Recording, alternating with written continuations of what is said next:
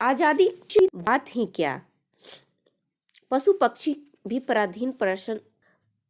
पराधीन दूसरे के अधीन रहना पसंद नहीं करते हैं, लेकिन कभी कभी इस प्रिय आज़ादी की रक्षा के लिए प्राण भी न्यौछावर करने पड़ते हैं। राजपूतों की छोटी सी रियासत बूंदी, वहाँ के वासी थे परवाने हाड़ा वीर अभिमानी, अपनी मातृभूमि पर आन बान के लिए हरदम मर मिटने को तैयार थे, लेकिन शीघ्र ही उनकी वीरता की परीक्षा की घड़ी आ पहुंची। चित्तौड़ के महाराणा ने बूंदी को अपनी प्रचंड सैन्य शक्ति के बल पर अपने अधीन करना चाहा, लेकिन बूंदी के हाड़ा राजपूतों ने डटकर युद्ध किया और राणा को इस युद्ध में मुक्की खानी पड़ी।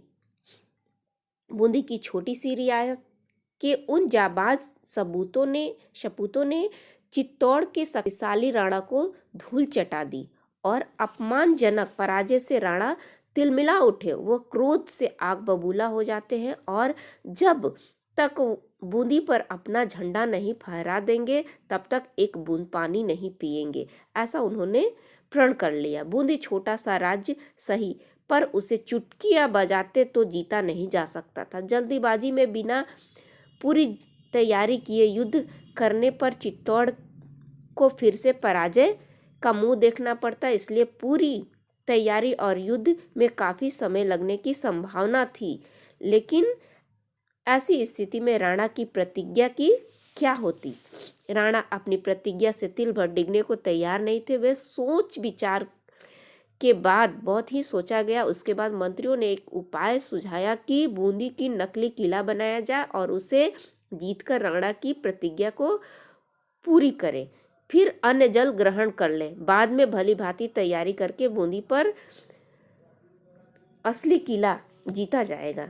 यह उपाय सबको पसंद आया। फिर तो तुरंत एक मैदान में बूंदी की नकली किला बनवाया गया और चित्तौड़ की सेना को एक हाड़ा सैनिक जंगल से शिकार खेलकर लौटा। किले बनते देखकर उसने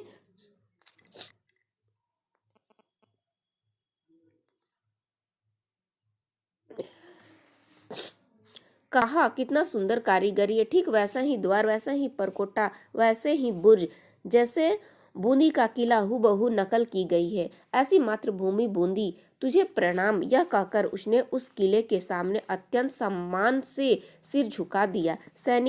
लेकिन सैनिक का कौतूहल शांत नहीं हुआ। उसके मन में प्रश्न घूमता रहा, आखिर यह बूंदी का नकली किला क्यों बनवाया गया है। यह अपना कौतूहल मिटाने के लिए कारीगरों के पास पहुंचा। सब बातें कह सुनाई। बातें सुनते ही उस सैनिक की पेशानी पर बल पड़ गया, यानी माथे पर परेशानी का दिखने लगा। यह विद्युत गति से वहां से निकला और दृढ़ निश्चय करके उसकी मुट्ठियां कस गई, आंखें लाल हो गई, बाहें फड़फड़ाने लगे और रजस्वी स्वर में फूट पड़ा, यह नहीं हो सकता मेरी प्यारी मातृभूमि बूंदी, जब तक तेरा बेटा जीवित है तब तक यह अपमान कदापि नहीं हो सकता। मैं रक्त की आखिरी बूंद शेष रहने तक अपनी मातृभूमि की रक्षा करूंगा। जानते हैं यह सैनिक कौन था? यह था वीर हाड़ा, राजपूत कुंभा, जो बूंदी का था।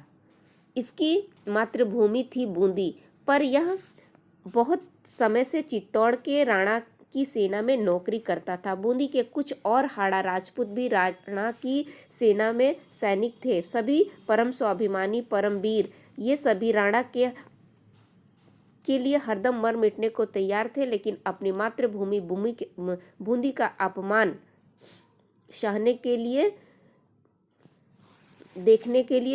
लिए बिल्कुल तैयार नहीं थे। यह चित्तौड़वासी इन हाड़ा राजपूतों की इस नाराजगी से बेखबर थे। योजना अनुसार राणा दूसरे दिन बूंदी की नकली किला जीतने के लिए सैनिक लेकर चला। एकदम निश्चित जीत के बारे में पूरी तरह अस्वस्थ था, क्योंकि वास्तविक युद्ध तो था नहीं, यह सब नाटक था। और राणा के वहां पहुंचने पर हल्का फुल्का प्रतिरोध होता और फिर सैनिक हथियार डाल देते। लेकिन यह क्या, नकली किले में घुसने से पहले ही राणा के तीरों की जोरोदार बौछार का सामना करना पड़ा। जैसे ही वह घुसता है तो जोरदार तीर सामने से आने लगती है।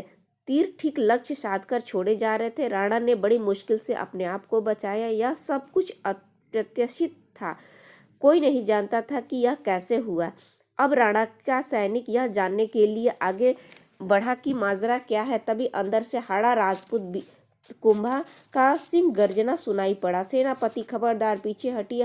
हमारे जीते जी बूंदी के किले पर में पैर नहीं रख पाएंगे। अंदर आने के लिए आपको बूंदी के वीरों की लाशों पर से गुजरना होगा। अच्छा कुंभा, तुम हो? अरे भाई, बूंदी नहीं है, यह तो राणा की प्रतिज्ञा पूरी करने के लिए नकली किला बनाया गया है। बात को समझो और एक तरफ हट जाओ। सेनापति जी, मातृभूमि तो मातृभूमि होती है, ऐसा वीर कुंभा ने कहा। अपने प्राण देकर भी उसकी रक्षा करते हैं। मातृभूमि नकली भी होती है, यह मैं आपसे ही सुन रहा हूँ।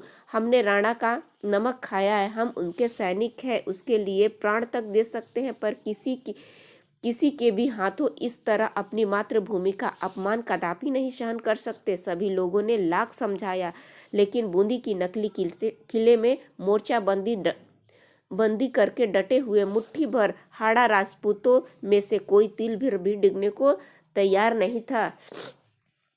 अंत में युद्ध हुआ और बेमेल मुकाबला हुआ। एक ओर चित्तौड़ के राणा के हजारों सैनिक थे, तो दूसरी तरफ कुंभा के नेतृत्व में लड़ रहे 20-25 देशभक्त थे।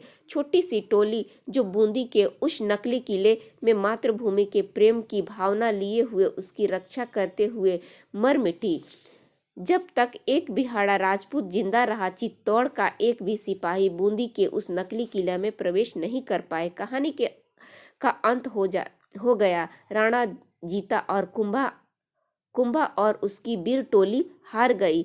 पर क्या सचमुच ऐसा ही हुआ? नहीं, लगता ऐसा है जैसे वीर राणा जीतकर भी हार गया और कुंभा अपनी मातृभूमि की आन बान के लिए मरकर भी युद्ध में जीत गया। सचमुच कोई जीत हार से भी बदतर होती है और कोई हार जीत से भी अधिक शानदार। क्या कुंभा की हार तथा उसका बलिदान किसी शानदार जीत से भी अधिक गौरवपूर्ण नहीं है?